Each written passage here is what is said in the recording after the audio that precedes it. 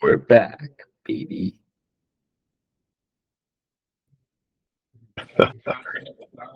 Okay. This is a lot of meetings. Well, uh, I guess we only get to do this once. Yay. Oh yeah, the old slingshots, eh? Let's Make sure you get kills, yeah. The trailer's gonna kill you, get kills, you. I didn't knock out kills, everything. Sit.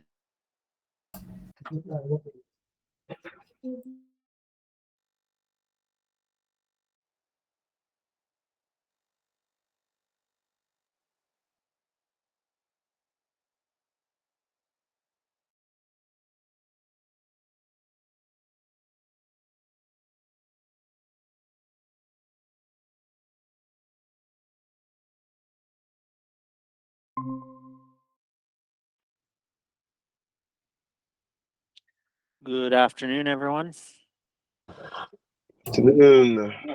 Hey, Jeff. Good on. Hello. Hey, Jeff. Hello, hello. All right. Let me get connected back again here. And I just joined the AnyDesk, so you'll need to accept that. All right.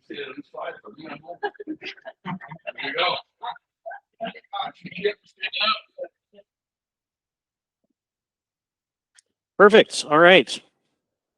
So we'll just kind of continue with where we kind of left off earlier. So I think we've got our process for the consignment parts kind of nailed down. Was there anything that came up after the meeting that you guys discussed internally that you want to bring up, or are you pretty comfortable? I guess this question is for you, Marcus, and for Jay, but are you pretty comfortable with the kind of the process that I'm proposing here for consignment parts? Yeah, consignment looks good. I mean, we're obviously going to have quite a bit of configuration after we go live. So the only thing I was thinking is maybe to get your personal opinion, like, do you think we should deactivate all of our parts and kind of start from scratch? What do you think would be like the best move there? Yeah. So let's look at the parts. I'm just thinking they were all added a year ago and different person was here and we don't really know Yep. what their method was or anything. Right. So I would sort of put the question out to Jay as far as like, how do you want to manage? Because you're the one that's going to ultimately be responsible for the diesel shop. So I'm not too worried about SFX because SFX is really going to be, you know, if we move forward with the process, is really just going to be entering outside vendor work orders. So I'm more concerned about how Jay wants to implement, you know, the part numbering scheme for consignment parts and inventory items. Like, if this doesn't make sense to you,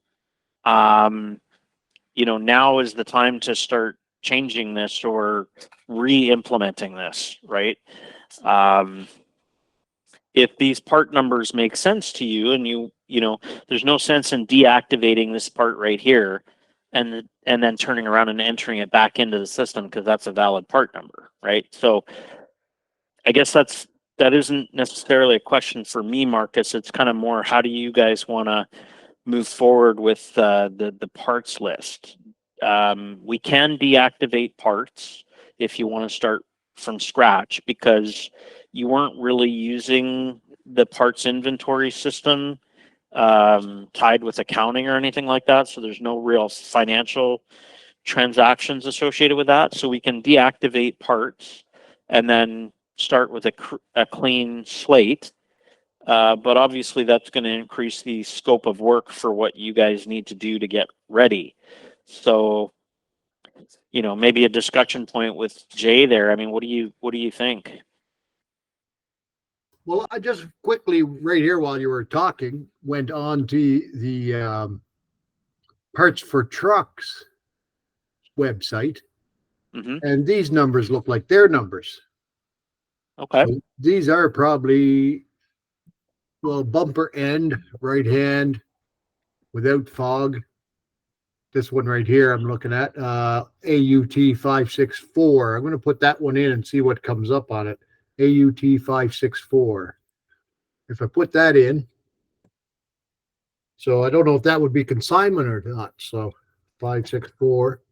Oops, forgot the dash. AUT dash 564.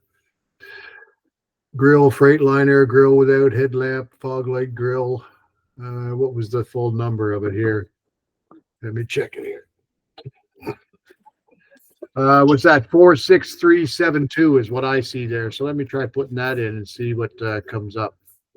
Yeah, that's a bumper mesh right hand Freightliner. 563472. Yeah, 46372. Yeah, 564. Oh, 463. 46372. 46372. Yeah. No, see, that didn't come up as a part for them. But the acronyms at the front come up. If I put in just 56 AUT 564, it comes up as combination light, but it is their numbers from what I can tell. Might be a discontinued number now. I don't know, but 46372 AUT 564 46372. So I just did a Google search for AUT that I just copied and pasted the Oh, part that's number. what I did. I didn't put a dot in there. I can barely see the numbers here on the screen. So That's okay. No, that's okay. So I just copied and pasted that directly into Google, and it looks like it is a valid Freightliner part number. yeah, grill Freightliner. What if I So AUT, I'm assuming, is short for Ottoman, which is probably is that the brand or? must be, yeah. Bumper Yeah. front end right hand without fog light. There's that one coming up. 46372.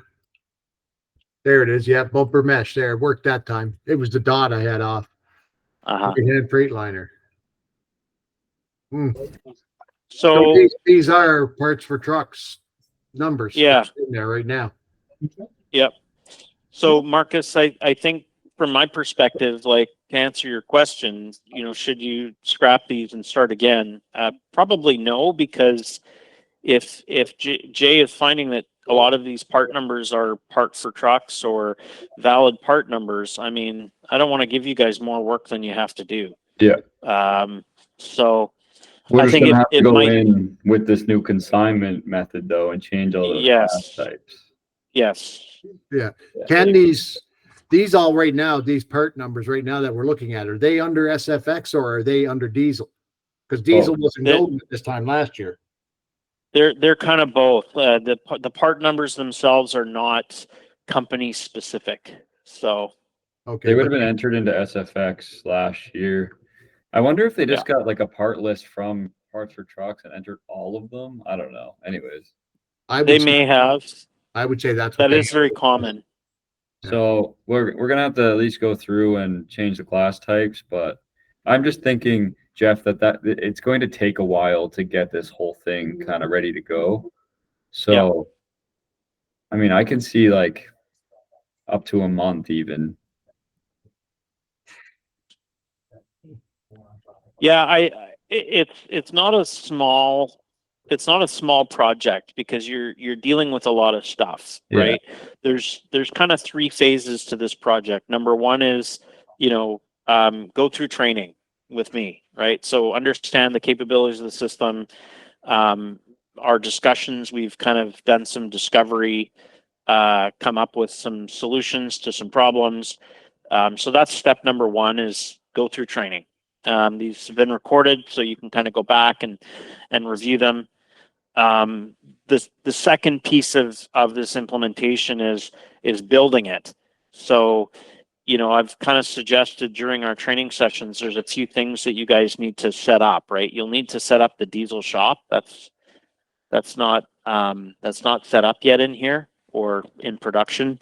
So you'll need to put the diesel shop in here. We still have some GL work to do, part numbers to just, you know, to figure out. So there's some configuration work that still needs to take place. And then the third and final piece of this before kind of go live is practice. Like, I mean, Jay, I don't know that you've had an opportunity to really mess around with anything here yet due to some login issues and whatnot. But you know, if you were looking to turn this on next week, I'd be a little nervous just because I don't think you've had an opportunity to really start trying this out yet. You've just listened to me babble on these meetings for multiple hours on end. So, you know, some of your training is going to really be by you guys actually going through it and trying it out. And then just before you decide to flip the switch and go live, you're going to want to put in your actual inventory that you own.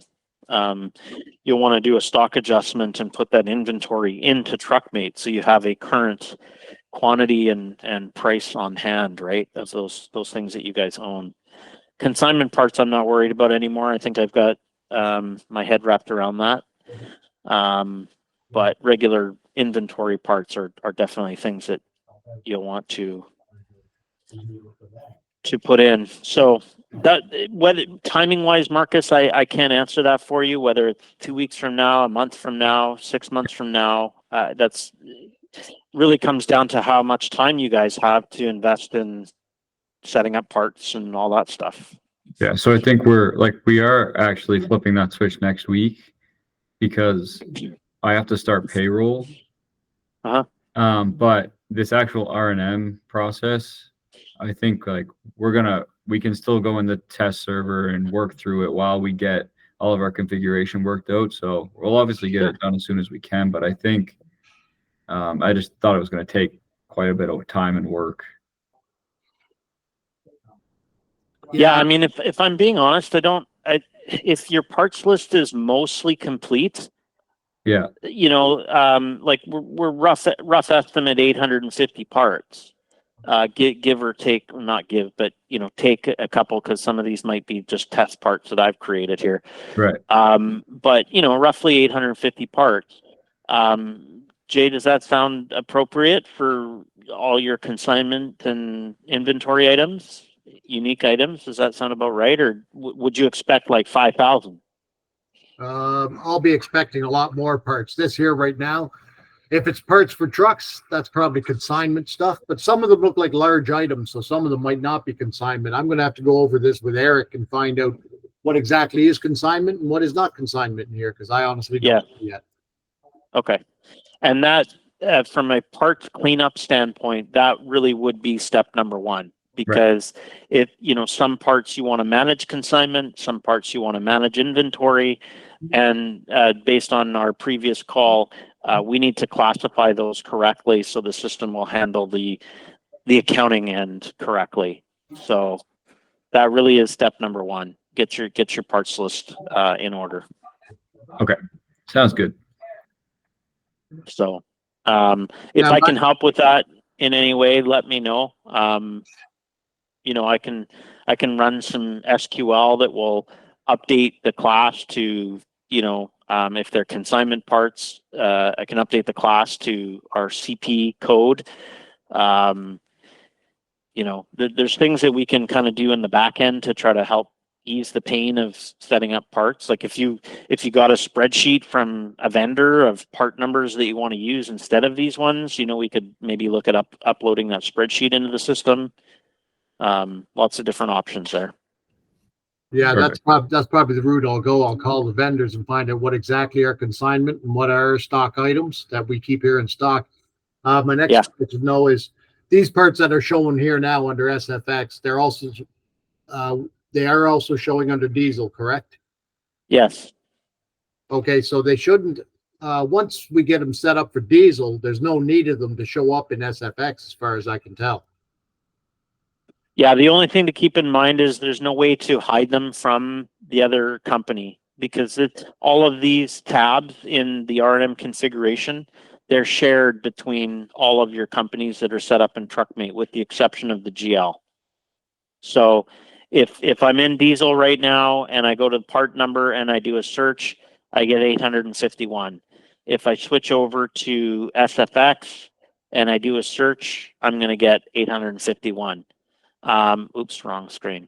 If I delete one from the diesel and I switch over to SFX, that deleted one is going to be deleted in SFX. I guess what I'm trying to say is it's not SFX and diesel don't have their separate parts list, right? It's all combined all together. Okay, you got it. But the trucks, the units, power units, as per yesterday, we are able to separate them out between companies. Yes. Yep. Okay. For SFX, you will have to basically have both companies for the equipment because SFX is going to need the equipment visible for operations, to do their daily operational trips and things. And it'll need to be visible to diesel company so that you can do the repair work on the equipment. Exactly. However, SFX units will be visible to both, but the units outside carriers will only be visible to diesel. Correct. Yes. I was just going to say that. For your other customers that you want to set up and manage in diesel, you'll use power unit and trailer profiles to enter that equipment so that you can run maintenance on it and all that kind of stuff. But those assets, that equipment will just be set up for diesel only and not visible to SFX. So. Perfect. So that's, if we're starting to go down the path of creating, our homework list or to do, right, that would be another thing that you would need to do is to set up the equipment for that you want in diesel, right? So, and that to do doesn't have to all be done at once. You can do that as you bring a vehicle in. So once you go live, the first time a customer brings their vehicle in for service, you collect all the information, year, make, model, license plate number, color, whatever information you want to track. You create that profile in TruckMate and you make it visible to diesel. Yeah, exactly. And that's what I'll be doing. I already have some units here that I can input. Excellent. Fantastic. Just remember if you do that in test, just to play around and get familiar with it, don't go too crazy. Don't enter 150 units because then you'll have to go back in production and do the same thing. Yeah, exactly. That's what I'll do. Yeah, just create a couple to test with. So, but I mean, you guys can get started with this anytime. You can create the unit in the diesel company in the test database. You can create some parts in there. You can create your POs and your invoices to receive that product in. You can do your work orders. You can do all the testing that you want to do. Basically, where I want you to be is comfortable with the tools before you kind of say, okay, we're ready to start live with this stuff, right? And all of that you can do in the test database. Perfect. And then I can help you guys get, the production database ready if you want. I know during our previous session today, I created this new class and I created a transaction code and, a few things here and there. So if there's some help that you need in kind of defining some of that stuff, I'm happy to help with that. Yeah, we'll probably end up asking you for help. That's for sure.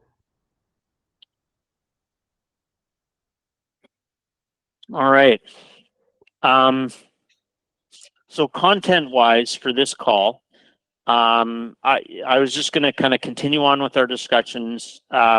We've talked about in-house work orders with consignment parts, in-house work orders with inventory parts. Both of those are getting charged back to a customer. We've talked about an outside vendor work order for an SFX piece of equipment. I don't know that there's ever a situation where you're going to be recording an outside vendor work order in diesel.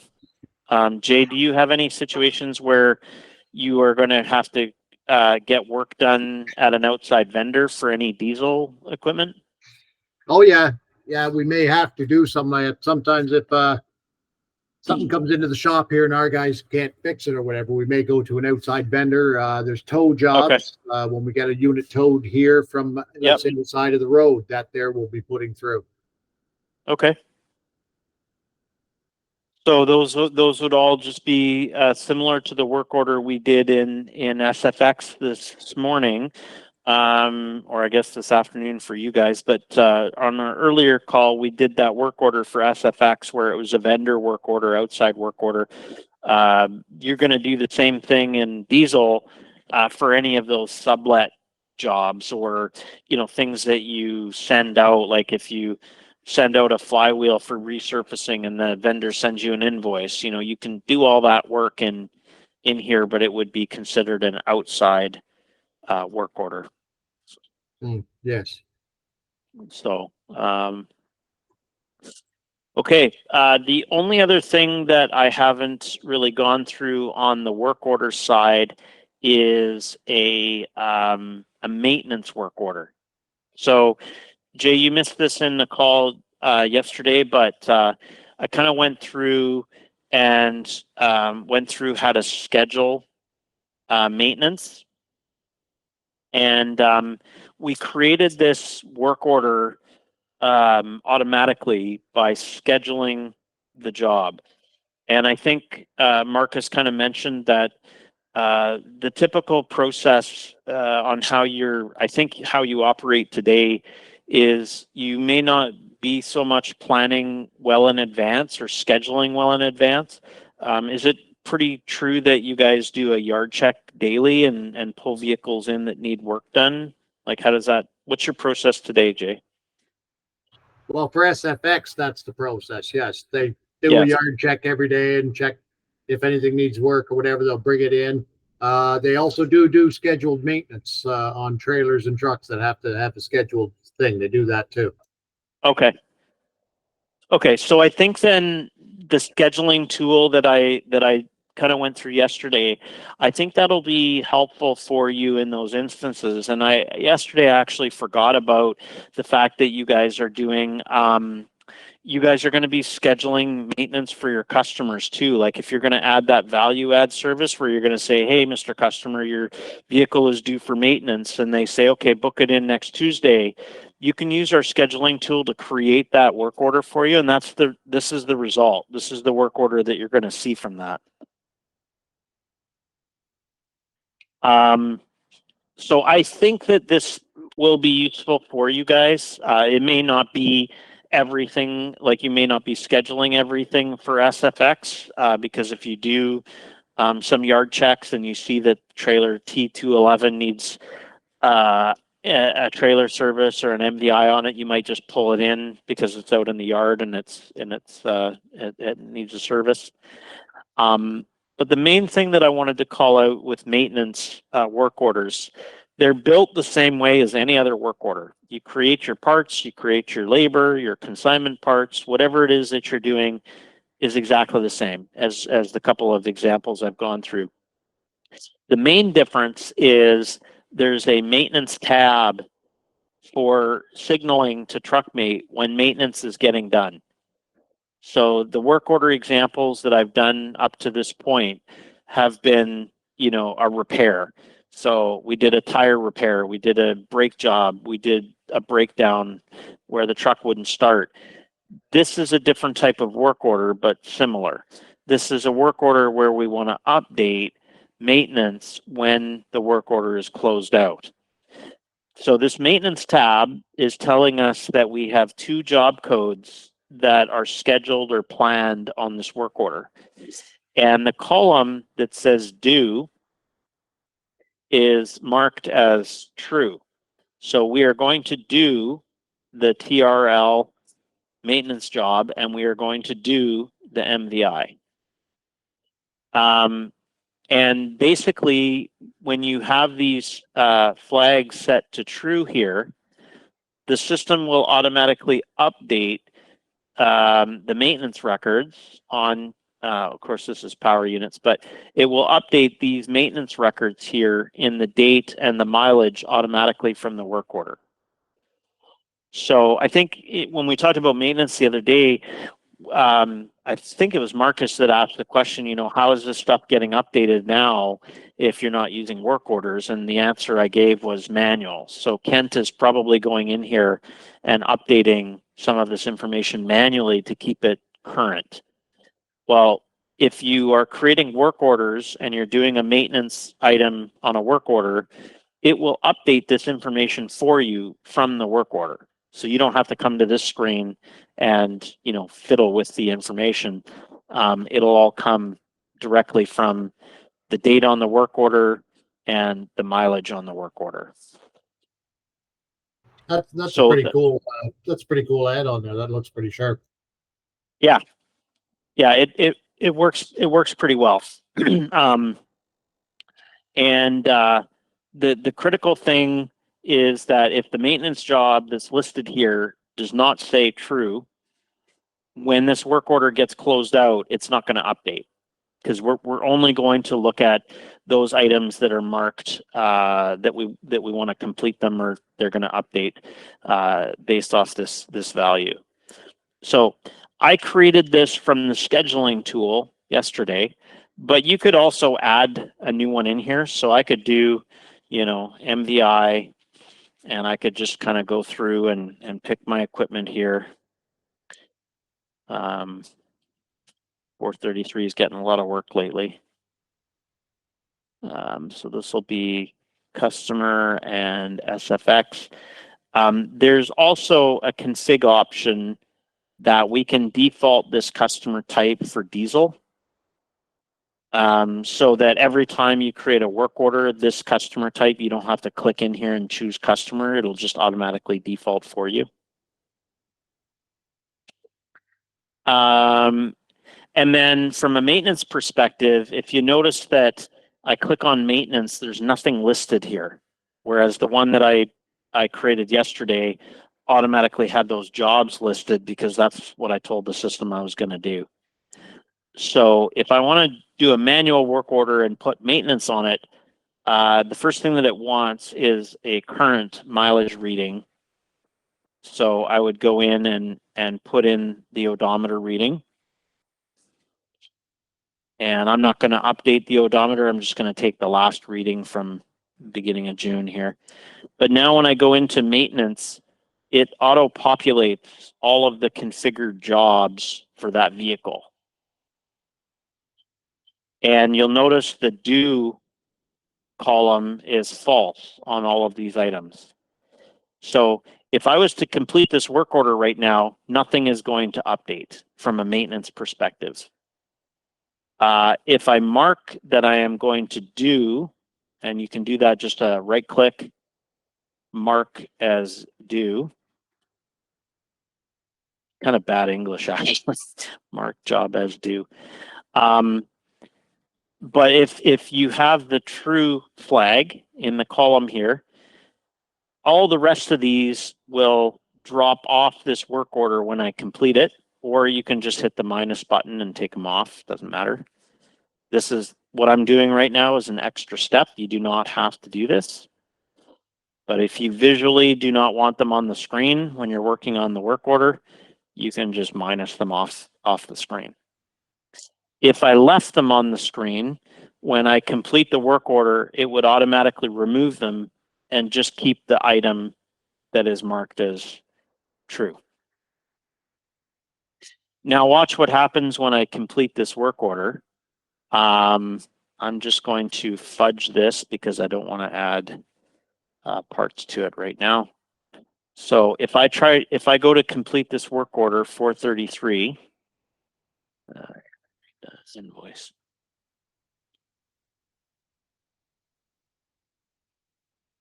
So I complete this work order, and now if I go look up 433, I should see that that job was updated today. Where did it go?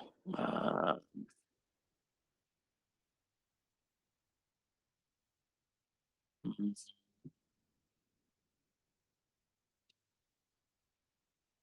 I'm going to step out for 1 second, Jeff. I'll be right back. Yep, no problem. I have to figure out what I did wrong here.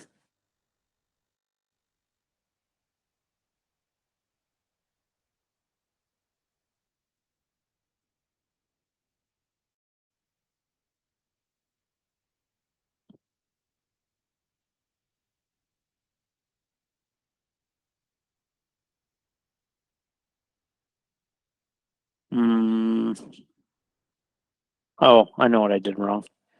So the odometer reading, there's a config for this too. It's a config for a lot of things. The odometer reading date, I chose not to update the odometer when I went in here. I just picked the last one that was there. And so the last one that was there was June 4th. So when I told the system that I was going to update maintenance, it used June 4th as the date for the maintenance update. So it did do the update. It put the mileage in here. It put the date in here. I was actually looking for 625 and it didn't populate 625. It populated 64. So one question that I would have, and this is again, completely up to you guys. Do you want that date that populates in the maintenance to be coming from the main date at the top? We have start date, or we have end date, or we have mileage date. Do you guys have a preference on which date you want to use for the maintenance update? Personally, I think the date up top would be best. Okay. But Jay, you might have to ask that question again, Jeff, but Jay might have a different opinion. Jay, are you back? Yeah, I'm back. What was this for again? Okay, so just before you stepped away, I was trying to figure out why I didn't see the update. So I was looking in the column that says date last, and I was looking for today's date, June 25th, and I didn't see an entry here for the wet PM, June 25th. I noticed it put in 6-4. So it put in 6-4 because when I went to update the odometer for this vehicle, I chose not to enter a reading. I just took the last reading that was in the computer, which was 6-4. So my question is, I have a configurable option as to which date. Actually, let me, before I tell you something incorrect, let me make sure that there is a configurable option for it. I think there is. It is for the date for the maintenance update as to whether it uses the start date or whether it uses the odometer date. What do you mean by that was the odometer? question. Well, what do you mean by odometer date? Like how many miles before it's due again? No, let me go back and try to be a little clearer. So when you create a work order, you have two dates at the top. You have a start date and an end date. So the truck might be in the shop for multiple days getting fixed. So you have two date fields at the top. But you also have, when you enter odometer, so if I click update odometer here, you have of course I've already got it in here, so I don't think it's going to let me do it again. When you click update odometer, you have a date of when the odometer reading was entered into the computer. When I was going through this example, not mistakenly, I purposely did not enter a mileage because I thought it was a shortcut. But in what it did in the system is it used the last date of the odometer reading, right? So 563.556.3, that reading came into TruckMate on June 4th. So it's using that June 4th date for your maintenance date. See right here, 6/4 at 8:54 in the morning, right? So my Yeah. question to you is, which date do you want in here as the last date for maintenance? Where do you want that date to come from? I want it to be the current date when the maintenance was done. And it should be for an oil change and stuff like that. They got changed every so many miles.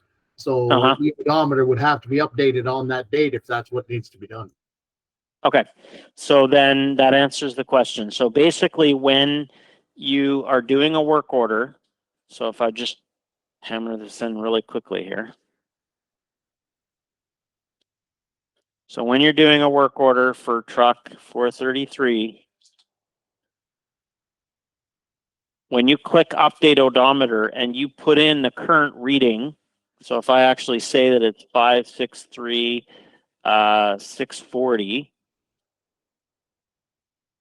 you'll see that it's now using today's date, right? So maintenance will use this field right here. The only requirement from your standpoint is make sure that you enter the reading for the current date. That's all I'm asking. When you create a work order, enter the odometer as of the current date. Yeah, I think that's what would have to be done, especially like on a wet service, because it's done by mileage, not by date. Correct. Good. Okay.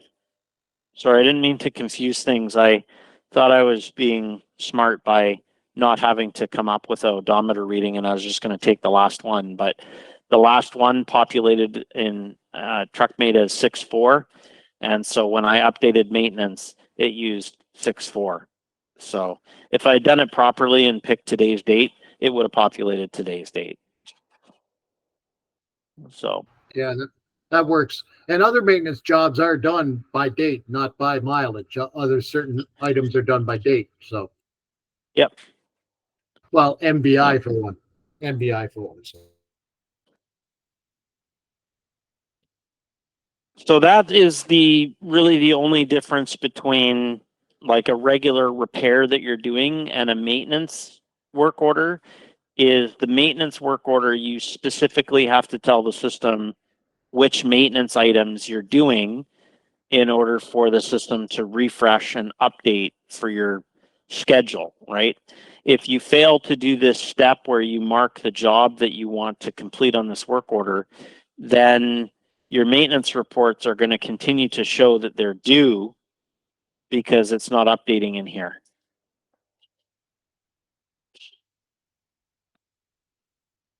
And that's really the only difference. You're still going to enter parts. You're still going to enter labor. Consignment parts go over here. You've got a section for notes. Like everything else on the work order is the same. It's just your maintenance jobs that you want to mark as being completed. During our setup session, I did mention, and I'll refresh your memory on this. I did mention that there is a way to set up a package of parts or a kit to make your data entry simpler. So in the configuration here, I had just made something up with, I know, parts that are not valid, but I just made this up, cat oil, as a package. So I got one of these parts and 12 of these parts. When you're doing a work order, if you decide that you wanted to use this, you could, on a work order, go to the parts, right click, choose part packages, and there's your kit, right? There's your package. And so assuming that you would have these things in inventory, you could add parts and it would drop in and give you the parts. I do know that these are invalid parts for an oil change. I was just, grabbing something to demonstrate. But if you wanted to save yourself some time with the data entry, this is a very useful feature to be able to build your kit or your package of parts, group them all together, and then on a work order, you can just right click and add them to the work order. I believe that is only workable in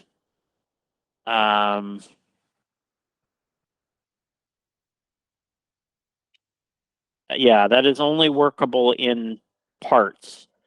I don't think it will add it to outside parts. Let me just try that real quick.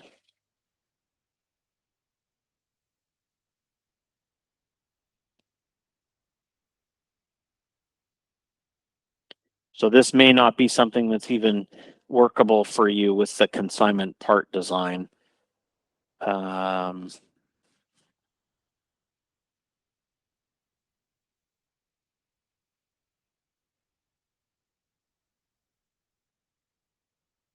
Okay, maybe.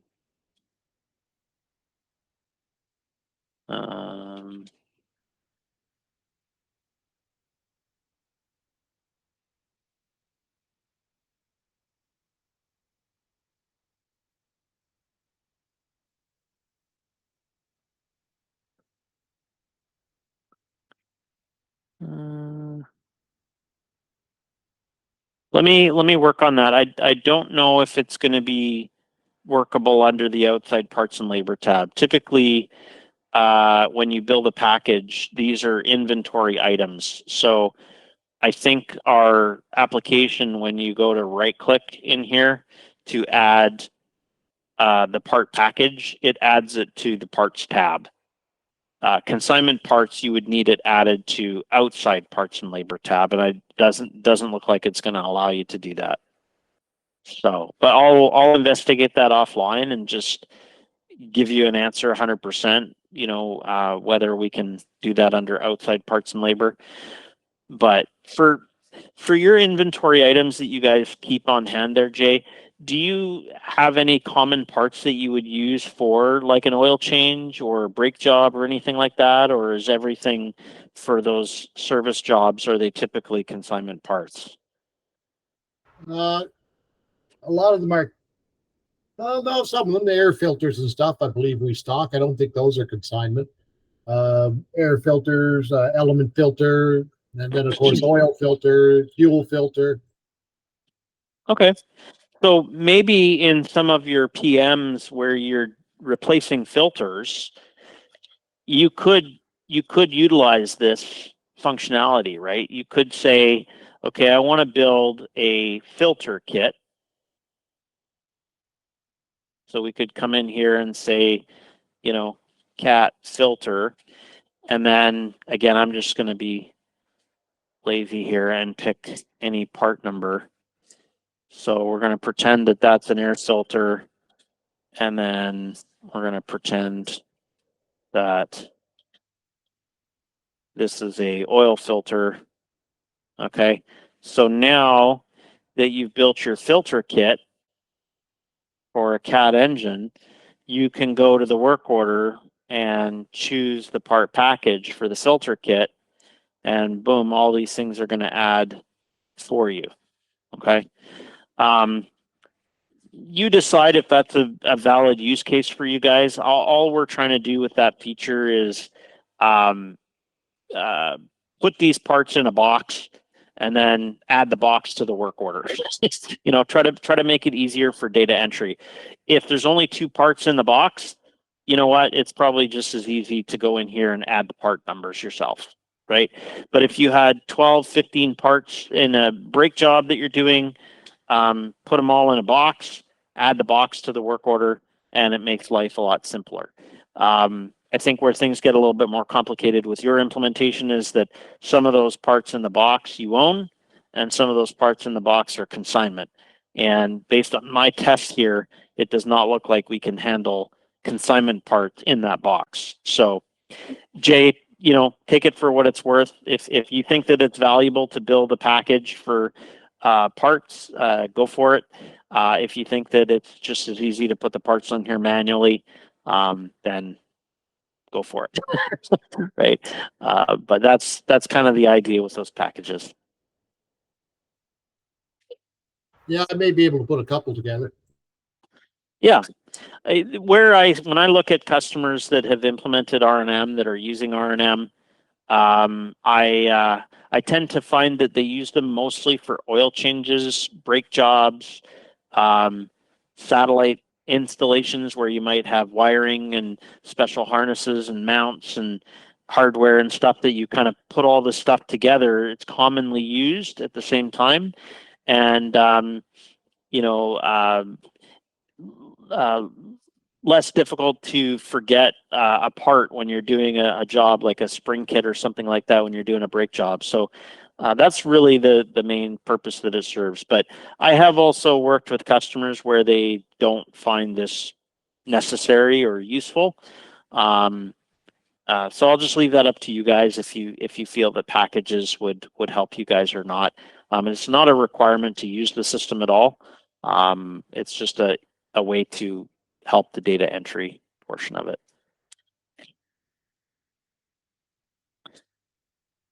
All right, I have one last thing to cover on the work order discussion before we maybe take a look at some of the reporting capabilities in the system. And that is a way for you to track what we call driver call-in issues.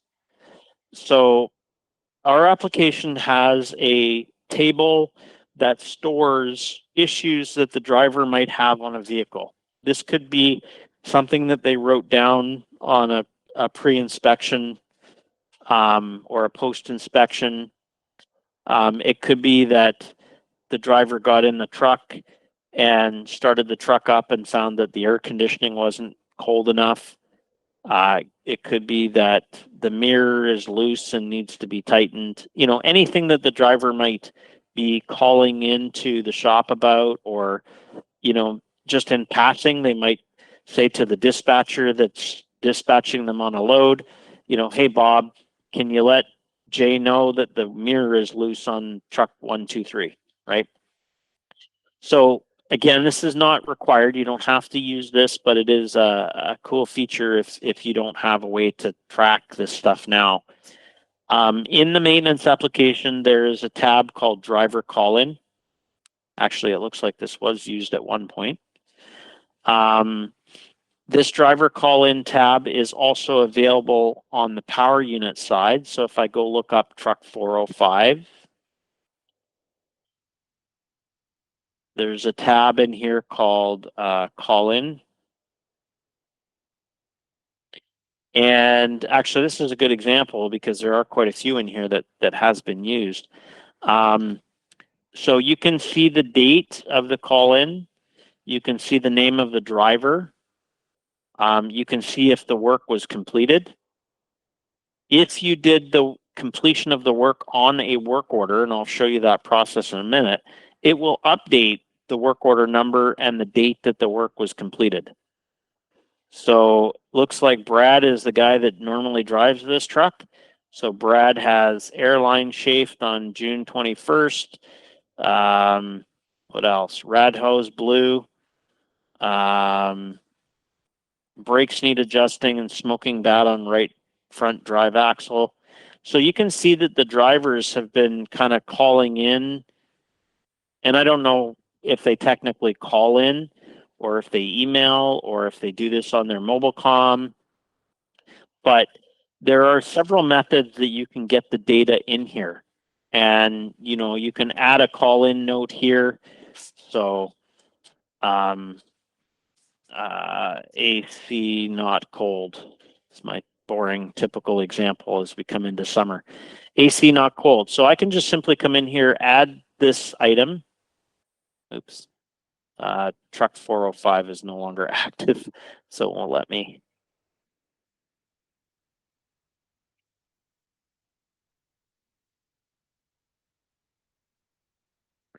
Okay, so we come in, we add the item, and now it's documented that on 6/25, Jeff called in saying the AC is not cold. If I was going to do a work order, and actually I'll use 433 since we have an open work order for 433. Look at that. reporting AC issues. So if I add a note here, AC still not working. So now when I go to the work order for 433, see how this driver call-in notes has 1 in there now? If I double click on that, it will actually open it up and show me who the driver is, when it was reported, and what the note was. So if on this work order, I fixed the AC problem, recharged it, whatever, maybe it was leaking or whatever, I can mark it as done. And now this driver call-in notes goes back to 0. But what it also does is on 433 here in power unit profiles, it marks that it was completed on this work order on this date. So the whole purpose of this call-in table or workflow that I'm kind of going through with you is to capture these things that the driver is complaining about or calling in about. Telling dispatch about. Dispatch might write it on a sticky note that ends up on Jay's desk, right? So if you can get it into the computer, you can report on that stuff. You can mark it as done. You can flag the work order and the date that it was done on. There's all sorts of benefits to being able to have those driver call-in issues reported in the computer and stored there for future use. I can definitely tell that this feature has been used in the past because there is a bunch of stuff that's sitting here entered. I just can't answer how they're getting in here. I can't answer if that's a human that's entering them in there or if their driver's doing it through, not that drivers aren't human, but maybe the driver's entering it through MobileCom. So there's several solutions on how this stuff can actually come in to TruckMate. So, Jade, did you have a question, comment? No, looks good to me. Cool. I'd say this was probably drivers putting it in through the Qualcomm. They do have a way of inputting a maintenance thing. But whether it was connected to TruckMate or not, I'm not sure. I could probably tell you, since I'm a MobileCom specialist as well. Let me take a look here.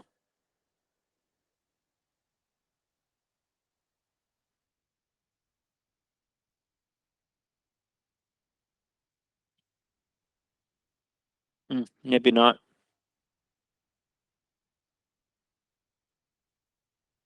Normally, if they were entering it through Omnitrax or Qualcomm, there would be a return macro or form in here that would allow the driver to submit that into R&M. But I know this is the test database, but the macros or setup from Omnitrax should still be here if you guys had one. So I'm going to hazard a guess that that information is probably getting keyed in by a person in TruckMate somewhere. I'm looking through it now in our actual server, and it looks like 2022 was the last entry. So I'm thinking somebody entered it in 2 years ago. And then when we had a staff change, maybe that changed. Yeah, someone practicing, because Jeff was never a driver. Jeff is actually a dispatcher. No, that's me. This Jeff. That's me. That's our test that we just did like 30 seconds ago. That's me. Oh, okay. All right. I just saw Jeff. Yeah. But you're right. This one here, 1115, is 2022 is the last one that was inputted in there by a driver, Bradley. So unfortunately, this cable doesn't have any audit on it, so I can't see who entered it into the computer. I can't tell if it was a dispatcher entering it or Kent entering it or anything like that. But there is, just to finish up the conversation about it, there is the ability for drivers to submit those requests through Qualcomm or through Omnitrax. We would have to build a macro for that. But if you think that that is a good process for the drivers, that if they have an issue with the vehicle, to submit this Qualcomm message, that is definitely possible to do. No sense in doing that, though, if you decide that this is not a feature that you want to implement. But if you like what you see here and it's a good way to capture the driver's issues, some Canadians call it a driver cry sheet. So as the drivers are commenting or have issues with the vehicle, it's not a true DVIR, right? It's not a legal document. It's not a, something the driver signs or anything like that. It's just simply a way to communicate from the driver in the cab of the truck to somebody in the shop that this truck has a problem. And if you have a different process or a better process, by all means, stick with that. But some of the customers I work with, they tell me that this stuff gets written down on a sticky note or a whiteboard. And what we're trying to accomplish is have it all in the system, if possible. Jeff, I have to head out soon. Yeah. I'm wondering Okay. if you can go through the process of how the customer actually receives a work order. Well, there really isn't a process for it. You just print it and send it to them. There's So no if like you're internal email system. well, so we can print. Let me go back to the one we did yesterday. We had one in here from yesterday. I think it was this tire repair one that we were working on. So you can just go in the work order program and choose print invoice. And then you can bring this up on the screen. So I'm not sure what your process is going to look like. Are you guys mailing this out, or are you going to email this to the customer? How do you guys want to get invoices to the customer, I guess is my question. We tend to email right So now. what you can do, yep. So what you can do then is you can just go, when you go to print this, you can just choose email at the bottom. Okay. And then I'm assuming that your email is all set up in TruckMate so you can email stuff out. I don't know if it is on the test database, but we'll try it here. We I'll put typically my just email. save as PDF and send it through our Gmail. Okay, well, you could do the same thing then. Yeah.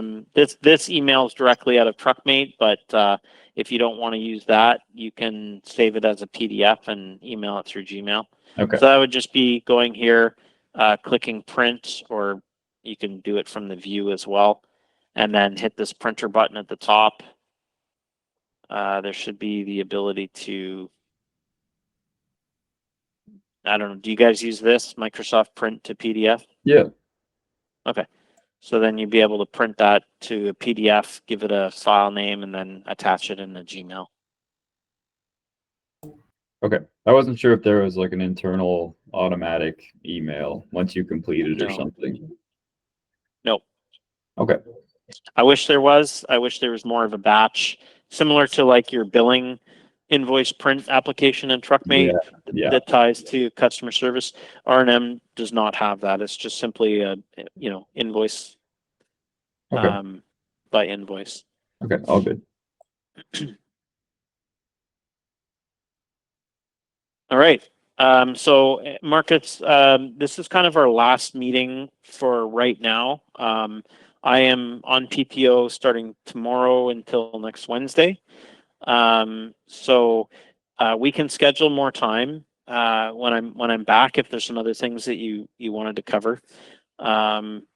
I'm going to cover reporting here in just a little bit, which you'll miss, but AA is recording this, so you can catch up on that later. But I know you got to go, but is there any other questions, anything else that you have that you wanted to address?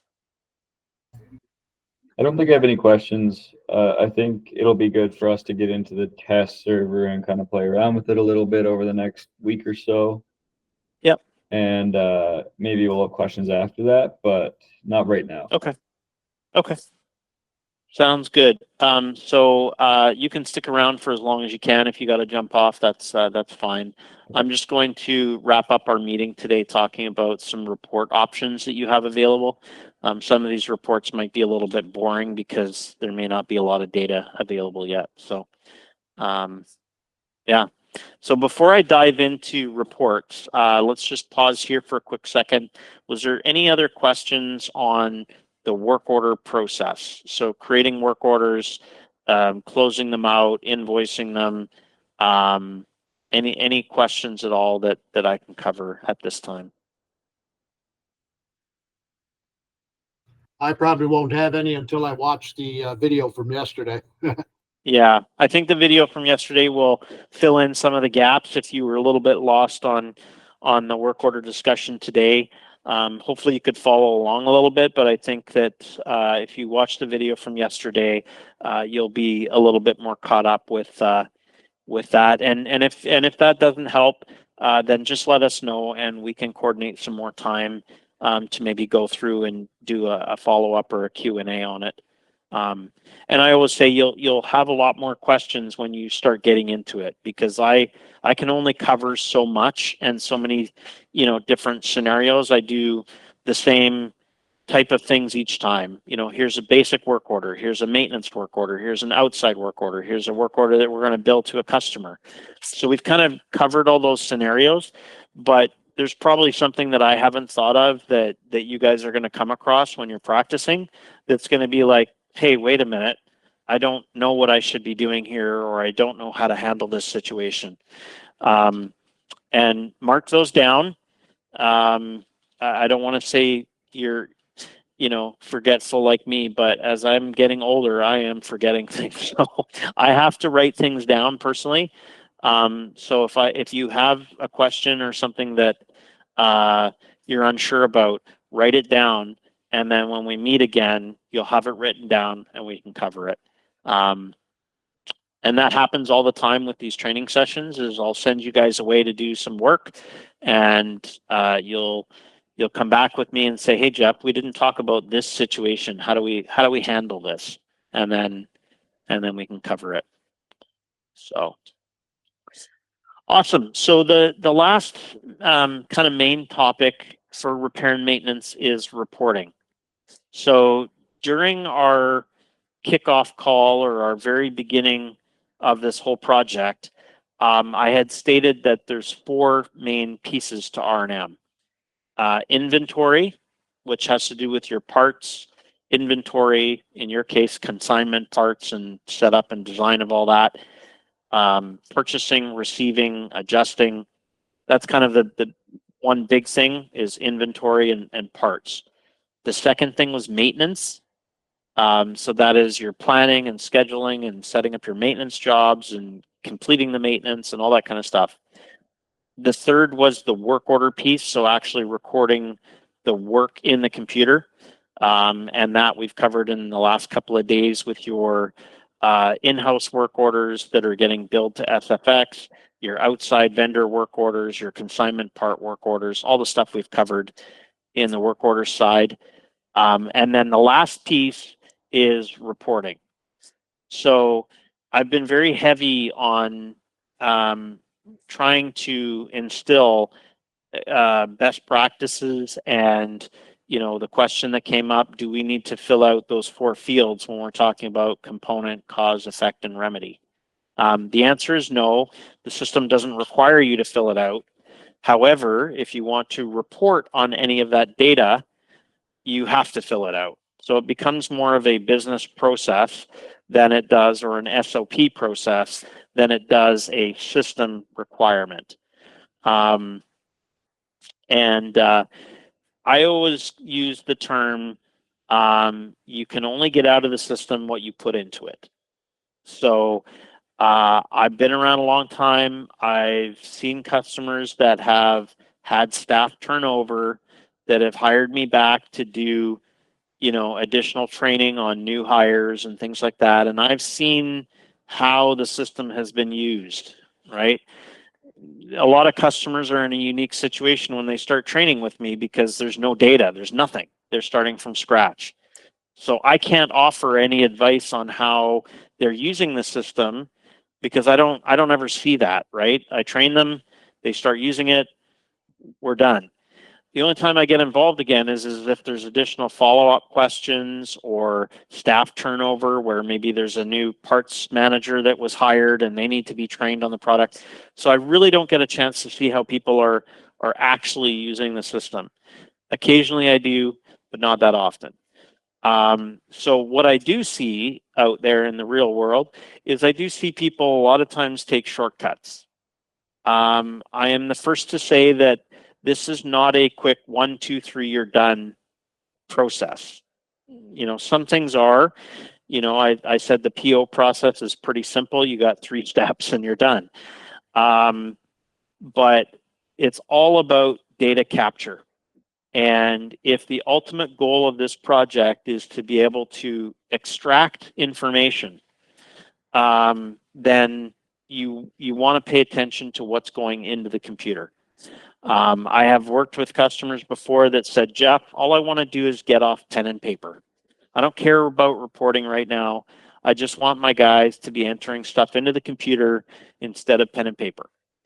Okay, well, that's your focus, then that's what we're going to focus on. But what I really want you guys to get out of this is the reporting side.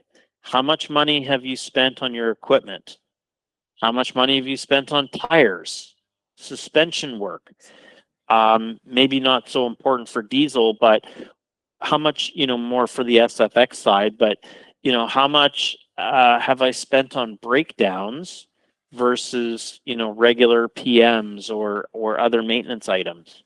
If a vehicle is breaking down on the side of the road a lot, it could be a sign of you know, older equipment that needs to be retired, or it could be a sign of, you know, purchasing cheaper parts that are not lasting as long and they're breaking down more frequently.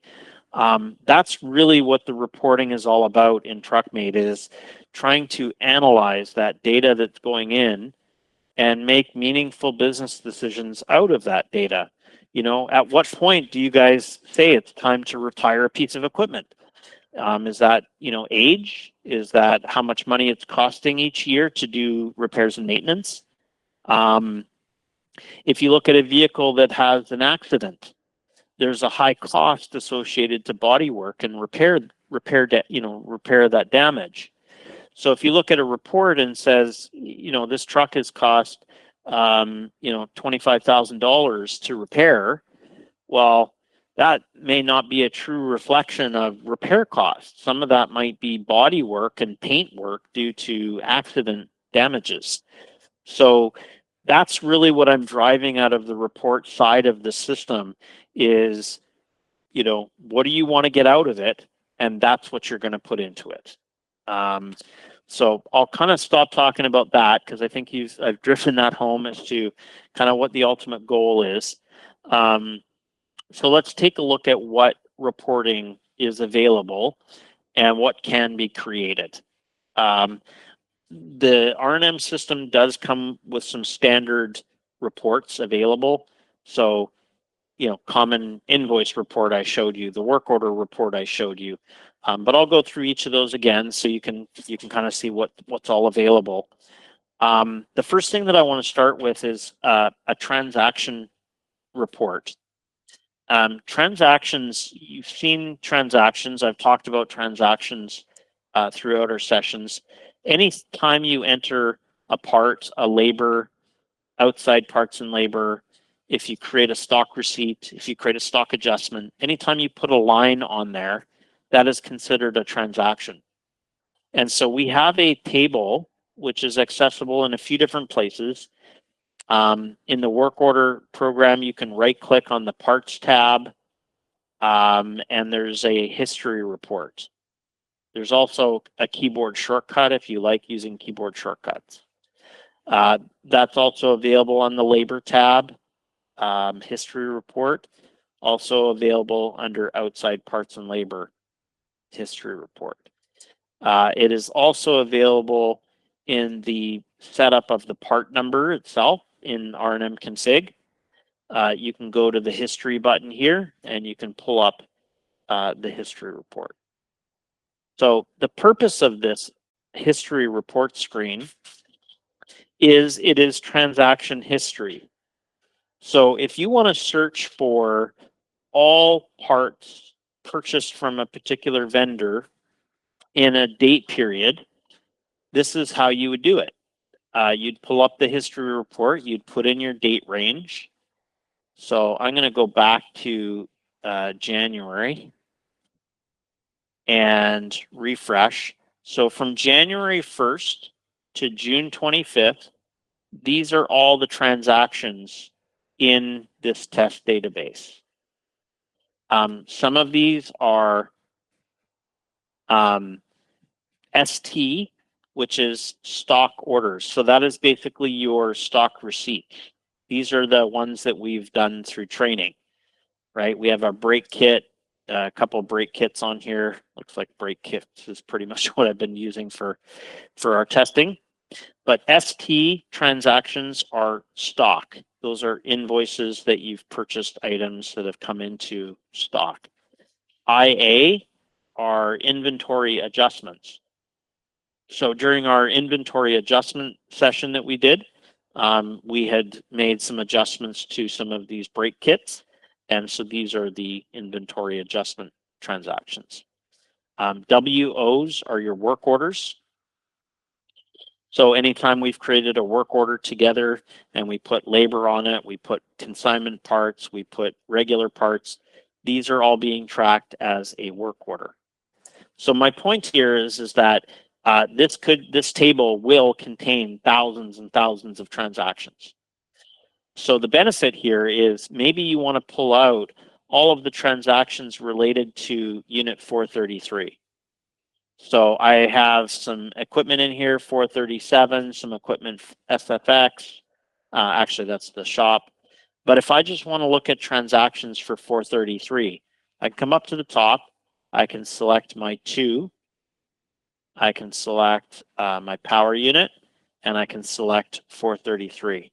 And what happens is I get a filtered list now of all the transactions for 433. Well, maybe I want to look at only the transactions that are for component 006. So I can now go in and I can further filter this and say 006. So now I get a filtered list of just the transactions for 433 from January 1st to today, where the component was 006. And I could print this out now if I wanted to, right? There's a stock report that is available to print this out. And it looks like this. I know that's probably hard to read here. Okay. We use Crystal reports in TruckMate to print anything on paper. Crystal report is configurable, so you can design a report to look however you want it to look. This is just one that comes out of the box, and so this basically will provide the detail for that transaction that we just filtered on the previous screen. More importantly, this history report is extremely powerful because you can kind of build this to what it is that you're looking for at a transaction level. You want to know which vendors you bought a part from. This is the screen. You want to know how much money you've spent on breakdowns. This is the screen, right? What you would do for that would be to clear all your filters here and say, okay, this vehicle, show me all the transactions where the cause code was 01. And that directly relates to the question that was asked about, do we need to fill out these 4 fields? Now that I filled out those 4 fields, when I come in to pull my history report, I want to filter on breakdowns. Now I have a clean list of the items that were replaced due to a breakdown. So extremely powerful. There is some part summary down at the bottom. Because we don't really have a lot of data, this isn't really going to fill in or be super helpful, but this will give you a breakdown by month. So it'll show you your part summary, usage summary by month. So there's some helpful things there. You can kind of see in June, 2.5.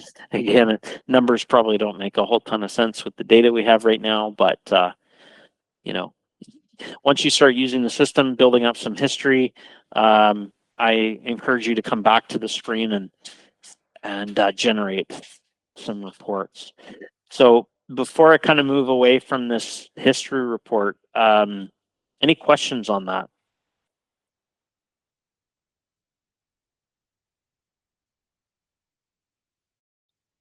No, So I'm good. okay. At the top, these are basically just all filters. So think of you using the system for 2 years.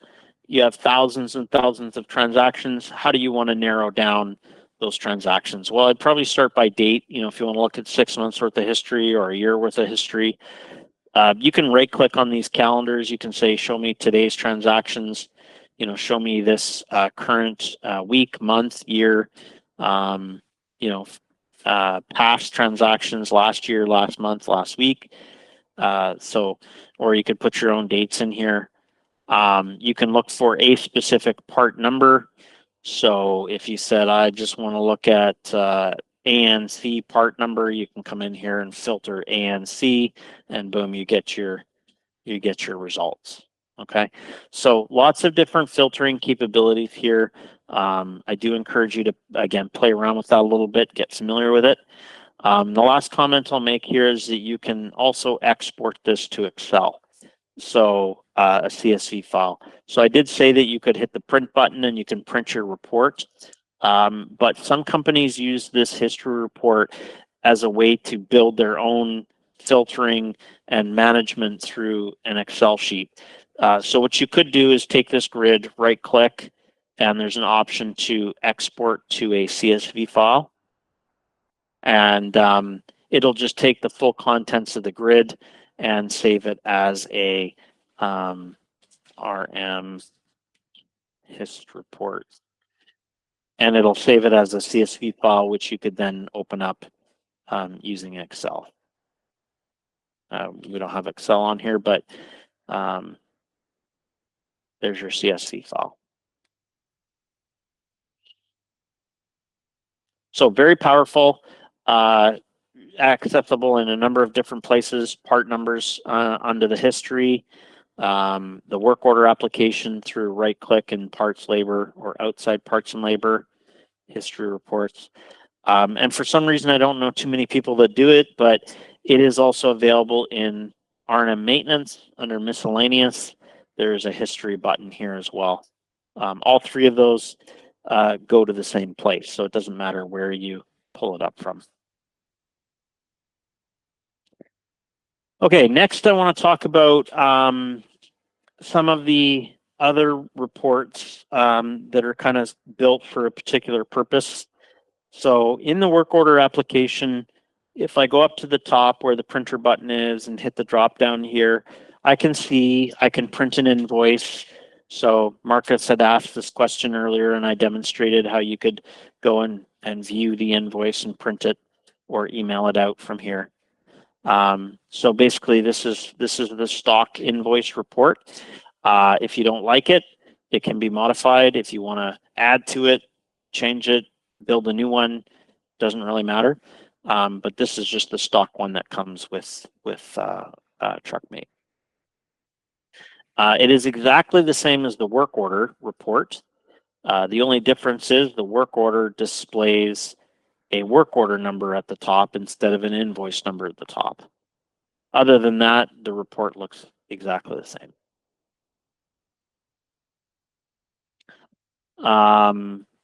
There's also a cost report. This one is extremely valuable because this is what's going to give you your cost breakdown on your equipment. So if I click cost report, and I'm actually going to add one in here for you that I think is extremely valuable. And it is called RM unit cost non-VMRS.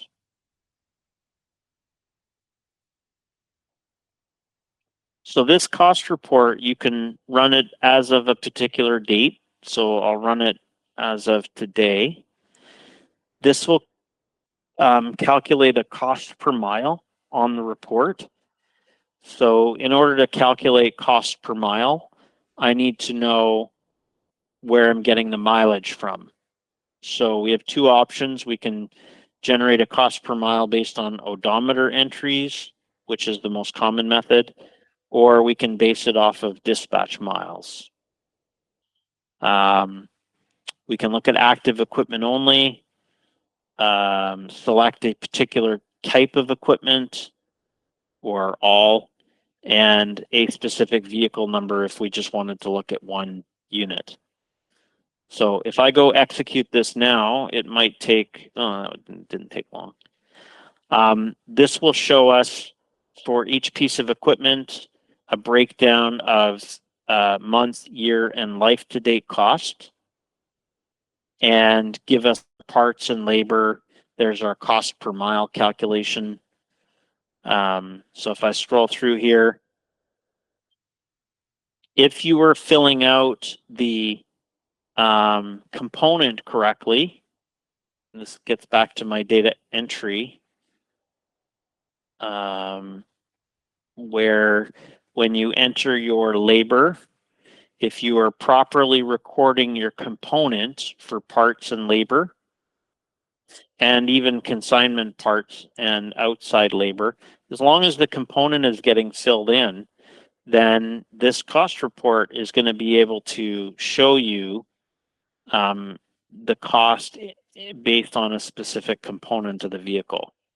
So if I go back to my example here, you'll notice that I did not fill that in on a work order, so I don't have a code listed here. But if I look at this work order, it's better. I spent $43.12 of labor on tires, something to do with tires or rims. This was the tire repair example we did yesterday. So if you can imagine, as we start building up more history on vehicle 437, this report's going to get bigger, and it's going to list off all the different components of the vehicle. So you're going to see how much money you spent in tires, brakes, suspension, cooling system, electrical, bodywork, excuse me, all of your different components of the vehicle. And then at the very bottom, it's going to give you a total. It's going to say, here's how much money we spent total on the vehicle. So pretty useful cost report there. Any questions on that before I continue on? I've got nothing. Okay. Job history. This is basically your work order history. So one of the things that I had mentioned to Marcus earlier when he was asking about entering AP invoices for outside vendor repairs, the previous report that I showed you would not include those, and the work order history report here would not include those. If they were just using AP invoice entry to record the payment to the vendor. Because these reports are tied to R&M, we're expecting the data to be entered in R&M. So the work order history, if I view it, I can select a unit number, I can select a date range here, a work order type. So I'll just go, I'll go back a while here. Let's go January 1st to today. Click OK. So there's our two that we had entered in the system. Re and re-breaks and a test work order. If I switch over to SFX, just to kind of demonstrate the filtering capabilities here. If I come into SFX and I go to print that same report, job history, and I put in the same dates, we're probably going to have a whole bunch more data in here because I think Kent has been using this for a while. We'll see what we get here. Oh, maybe not. Maybe. Oh, this is just the one that we entered today. The truck won't start one.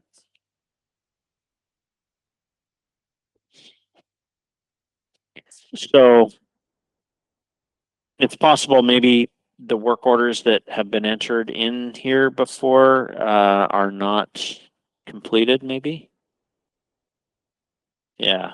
Okay, so that's the thing. So what Kent is doing today is he's entering all these work orders. There's 66 of them in the system so far, but they're all showing as entry status. They are not completed or posted or anything like that. So if they're not completed, I don't believe they're going to show up in any of the reporting.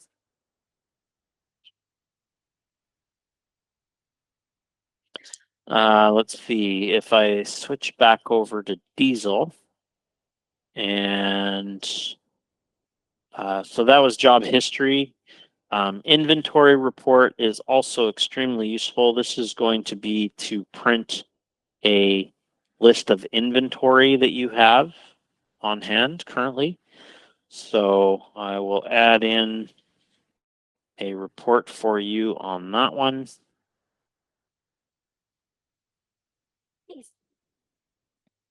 And I think we looked at this the other day, but there wasn't too much here yet. So this inventory is current inventory on hand, showing quantity on hand and price. Because this isn't really being maintained right now, you'll see a lot of these quantity on hands are negative. But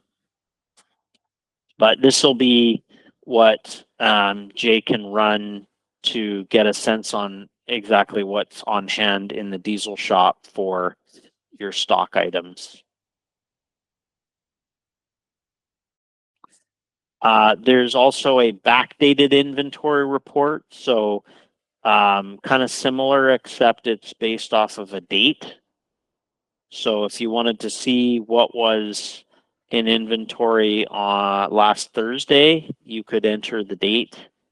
And then when you run the report, it is going to show you what was on hand in the system as of last Thursday.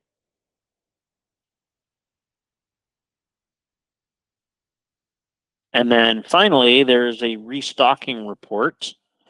The restocking report is used in conjunction with your setup of the actual minimum and maximum stock levels. So during our setup session, we had talked about things that you want to inventory on hand. You would have a shop code and a bin number and a minimum and a maximum stock level. So if you know what you want to keep, 6 of these on hand as a minimum, but you don't want to go over 15, when you identify that in here and you are below your minimum stock level, you can print a report here that shows you what needs to be restocked. And it is this report here called RM Reorder. And it has a few parameters on it as well, so you can filter by shop or by vendor. But if I just run it as is, it's going to show me actually, oh, this is actually not really a part number.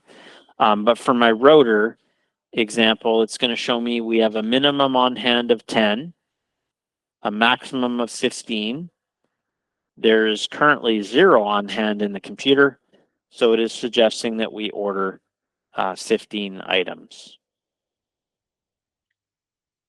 So for a company that manages inventory, this is a daily or a weekly report that shows what needs to be restocked on the shelf.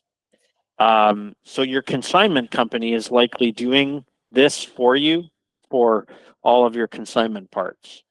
But for anything that you manage in inventory that you want to keep, certain minimum or maximum on hand, this will flag to you anytime something is below minimum that it's time to reorder. And it will suggest what you need to order up to based on your stock levels.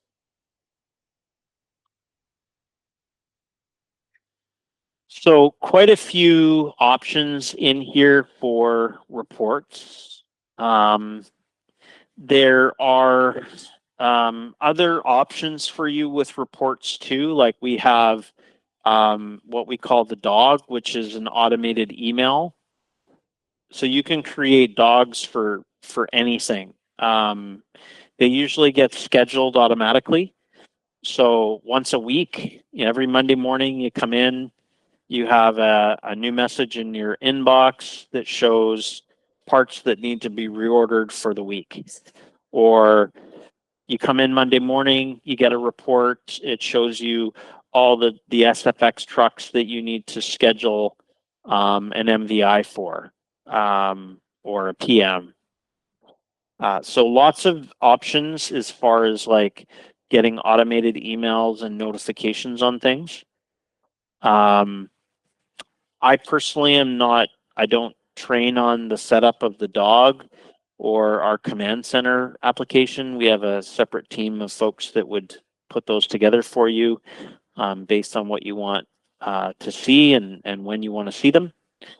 But when it comes to R&M, like you can use the command center dashboards.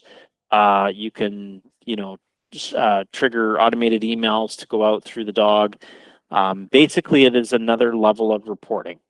I just showed you a bunch of standard Crystal reports that come with TruckMate, but the drawback to a Crystal report is you have to go ask for the report. You have to click on the button, you have to choose the report, you have to enter the parameters, and then the report is presented to you.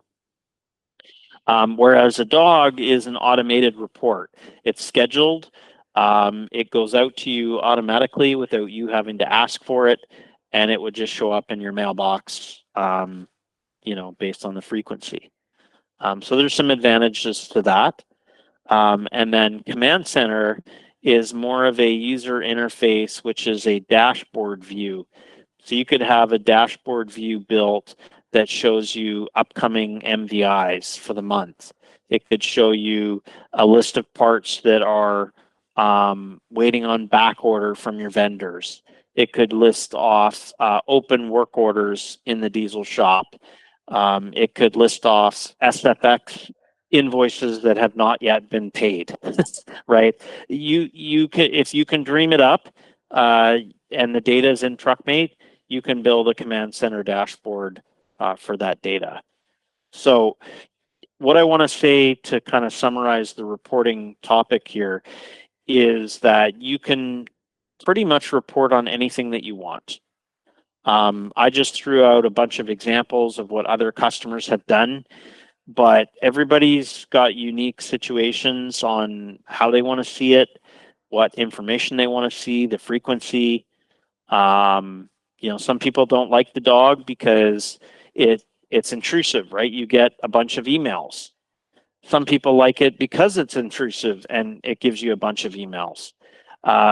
There's a good time to use it and not a good time to use it. If you're getting 52 emails a day from the dog, you're probably just going to start ignoring it. If you get one report every Monday morning, you're probably going to pay attention to it. So use the dog as kind of a more, conservative view of the data, more planned, more scheduled, and maybe use a dashboard, a command center dashboard as kind of a real-time, hey, I want to know which MVIs are coming up, or I want to know what maintenance is due, or I want to know what outstanding outstanding invoices SFX has, that dashboard would provide that view. So again, personally, I don't personally build the dashboards, the dogs, the crystal reports. We have a team of specialists that's what they do. The hardest part about doing it, I think, is coming up with what you want on that report. So if you know that, hey, I want a weekly report that shows me open AR from SFX because Diesel is operating as a business and you want SFX to make sure that they're paying those bills, then that's a great dashboard to have. So Jay, I don't know from your background and your history or your wants or your needs if you have ideas on other reports that you guys might want. But you can pass those on to AA or Marcus, and we can get things built for you. Okay, that sounds good. Mhm. Right now, the only reports I'm going to be requiring are mostly inventory reports and stuff like that. Yeah. So probably the stock ones that come with TruckMate are probably a good place for you to start. And then as you start using and working with the system, you might say, hey, Jeff or AA or Marcus, it'd be a great idea if we had a report that shows us this. And take that away and we'll build it and then fine tune it. Sometimes I've seen customers that have built a report and then tried it out for a couple of weeks and found that, hey, it would be great if we had these additional columns on the report, and then the report gets fine tuned and then ultimately you have everything you need to run your business. And that's what this is all about. I don't take this the wrong way, but I don't want you using spreadsheets. Spreadsheets are not a way to manage this. If we have a place in the computer to do it, let's use TruckMate for that purpose. Now, I don't think that TruckMate is the answer to absolutely everything. So you may still have some spreadsheets that you may have to maintain, but I'm trying to get away from spreadsheets and manual process and paperwork if possible, and get it all in the computer to manage that way. So that's my thing on reporting. Garbage in, garbage out. Data in, data out. So if you can dream it, we can pull it out. But I think I usually save reporting to the end because unless you've got some data to work with, we reporting is really not helpful. You got to have some data in there to play around with. So I would suggest that we may come back and revisit reporting after you guys have a chance to, get in and play around a little bit. Yeah, it'll definitely be helpful when we get more inventory and stuff put in there for sure. Yeah. So I'm sorry, go ahead, Jay. I said, and more maintenance done on trucks and stuff. Yes, that too.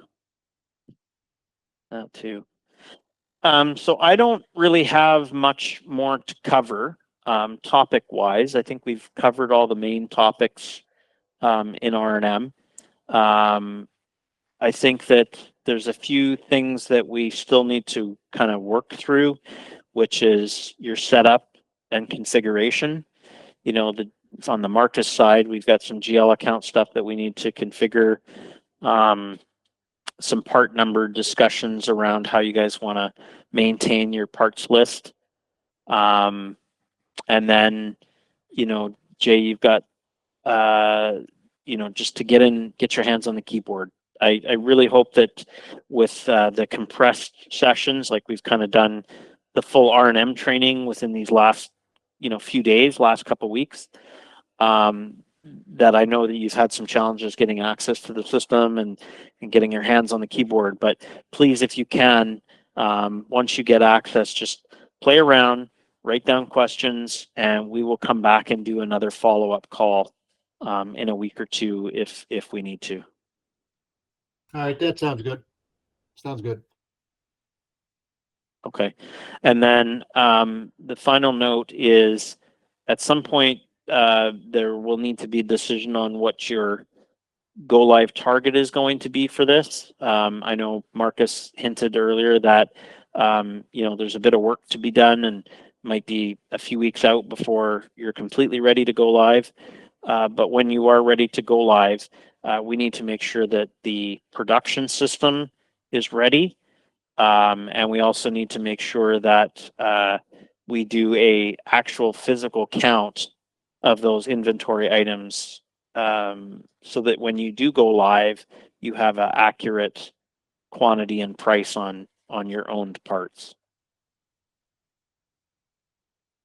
Yeah, exactly. But that's all I got for today, guys. We do have 20 minutes if there's any additional follow-up questions or anything else that you want me to cover on this call. But I don't really have a lot more content to cover, so I'll kind of open it up to you guys if there's any additional follow-up that you want me to go through. No, I'm good for now. I'm ready to go home. Yeah, I bet. It's late for I- you guys, so Well, I have a question. Yeah. I'm curious. Does TruckMate allow for the use of barcode scanners for inventory tracking? So depending on the barcode scanner, if you are just plugging it into a USB port, it's just one of those trigger guns that reads a barcode. Yes, you can just click in the field here where it says part code. You can hit the scanner on a barcode and it would populate the part number just as if you were entering it with a keyboard. That's really all the barcode, all a barcode reader does is it's an input device. So it'll read the barcode and it'll populate the part code with that value. If you're looking for a mobile handheld device, like where you can walk around a parts room and scan parts and do like inventory adjustments and scan parts to a work order, like a wireless handheld device, we do offer a module for that. I don't know. I'd have to look to see if that's something that you guys have purchased. Those tend to be a little bit more expensive on the hardware side because you're not purchasing just a cheap plastic scanner gun. Instead, you're purchasing a ruggedized handheld computer, basically, right? So it depends on what you're trying to accomplish, AA, as to what the best solution is. What's your use case? What are you trying to solve for? Are you trying to solve for a mechanic scanning their parts to a work order, or are you trying to simplify physical inventory counts and adjustments in the system? What do you want it to do? Some has to do with doing a physical inventory count by scanning the barcodes on the products. The other might be searching the inventory to see if a product is available. So maybe you have a product on hand, but you're curious to find out how much of that product is available. So instead of doing a search, you can just do a scan and then it pulls up that specific product just to get more information. I'm just kind of stepping forward just to see what it looks like when managing the inventory at Diesel runs into like tons and tons of line items that need to be managed. So it's just I'm just curious to know if that's possible, like in the future. Yes, yes. Let's under So this screen that I'm sharing here is just an example of what you could do with a handheld computer. It's browser based, so whatever handheld device you decide to implement in this solution has to have a web browser on it, like Google Chrome or Firefox or something like that. But there's two buttons I'm just bringing this up in a web browser on the screen so you can see it. But if you think of a handheld computer like a phone or a tablet or something like that, you have a work order button and an inventory adjustment button. So depending on what you're doing, you could put in the adjustment ID. So that is directly tied to your stock adjustments that we went through and we created in the do we have stock adjustments open here? I don't think we do. So RMINV So this adjustment number gets created in the system. The handheld device won't create adjustments. So you have to create the adjustment in TruckMate, and you're given this adjustment number 4. So what would happen on the handheld is you'd then come in here and put in 4. And then you would scan the part number. So let's just say it was part number 1, 2, 3, 4, 5, 6. So you'd have a barcode with that and you'd scan that part number. And then you could enter the physical quantity that you counted. So if I'm doing a physical inventory count, I walk over to the shelf and I got 10 of these items, I'm going to enter 10. And what the system is going to do is, let's see if, I don't know if this is actually hooked up to 101.8.1.5, I think. No, I don't, I wasn't prepared to demo this, so my system isn't, I don't know the part numbers that I can use on here, but basically you would submit this wirelessly on a handheld device, and it's going to pop in and update the record in the stock adjustment. So if the computer said that you had 8 on hand, and you typed in on the handheld device that you had 10 on hand, it's going to increase your inventory by 2 items. And negative if you do negative if it's a negative adjustment. So when you ask the question, you know, does it support barcoding? This is kind of one aspect to the barcoding, but then the other aspect is for a work order, you can add parts to a work order. So how companies are using this today is they would scan the barcode on the work order. So it'd be work order number WO1234561 or whatever it is. And then they would scan the part code for the part that they want to install. And then they would add the part. And basically that would then come over to the work order screen and populate work order number 1 with that part number listed over here. I haven't tested it. I don't think it would work on consignment parts because consignment parts, we've decided as part of our process that it's going to be entered under the outside parts and labor tab. And we did outside parts and labor tab. And consignment parts typically aren't something that you're managing in inventory anyway. So you wouldn't have to adjust those or anything like that. So the short answer to the question is yes, we do support some barcoding.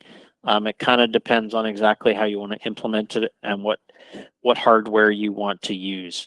If you're just going to go to Amazon and buy a cheap barcode, code 3 of 9, you know, handheld wired USB gun, then that's simply just click in the field that you want to populate the data.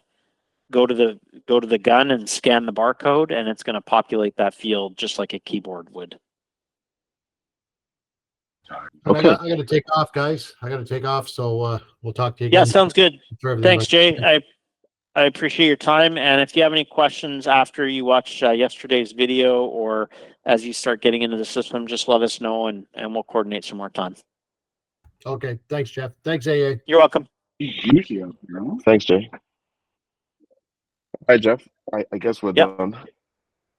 I guess we're done. Yeah, I didn't have any more content. So you know, unless you have any other questions or anything else that you want me to review, we've kind of hit the end, and you know, really it's just up to Jay and Marcus now to kind of get in the system and play around a little bit. Yeah. All right. Well, if you don't have anything else, I guess we can probably wrap this up for now. Yeah, we can. Awesome. Thank you for your time, and I'm sure we'll be chatting again. Thanks. Okay. See ya. Just like the Bye for now. noodles, right?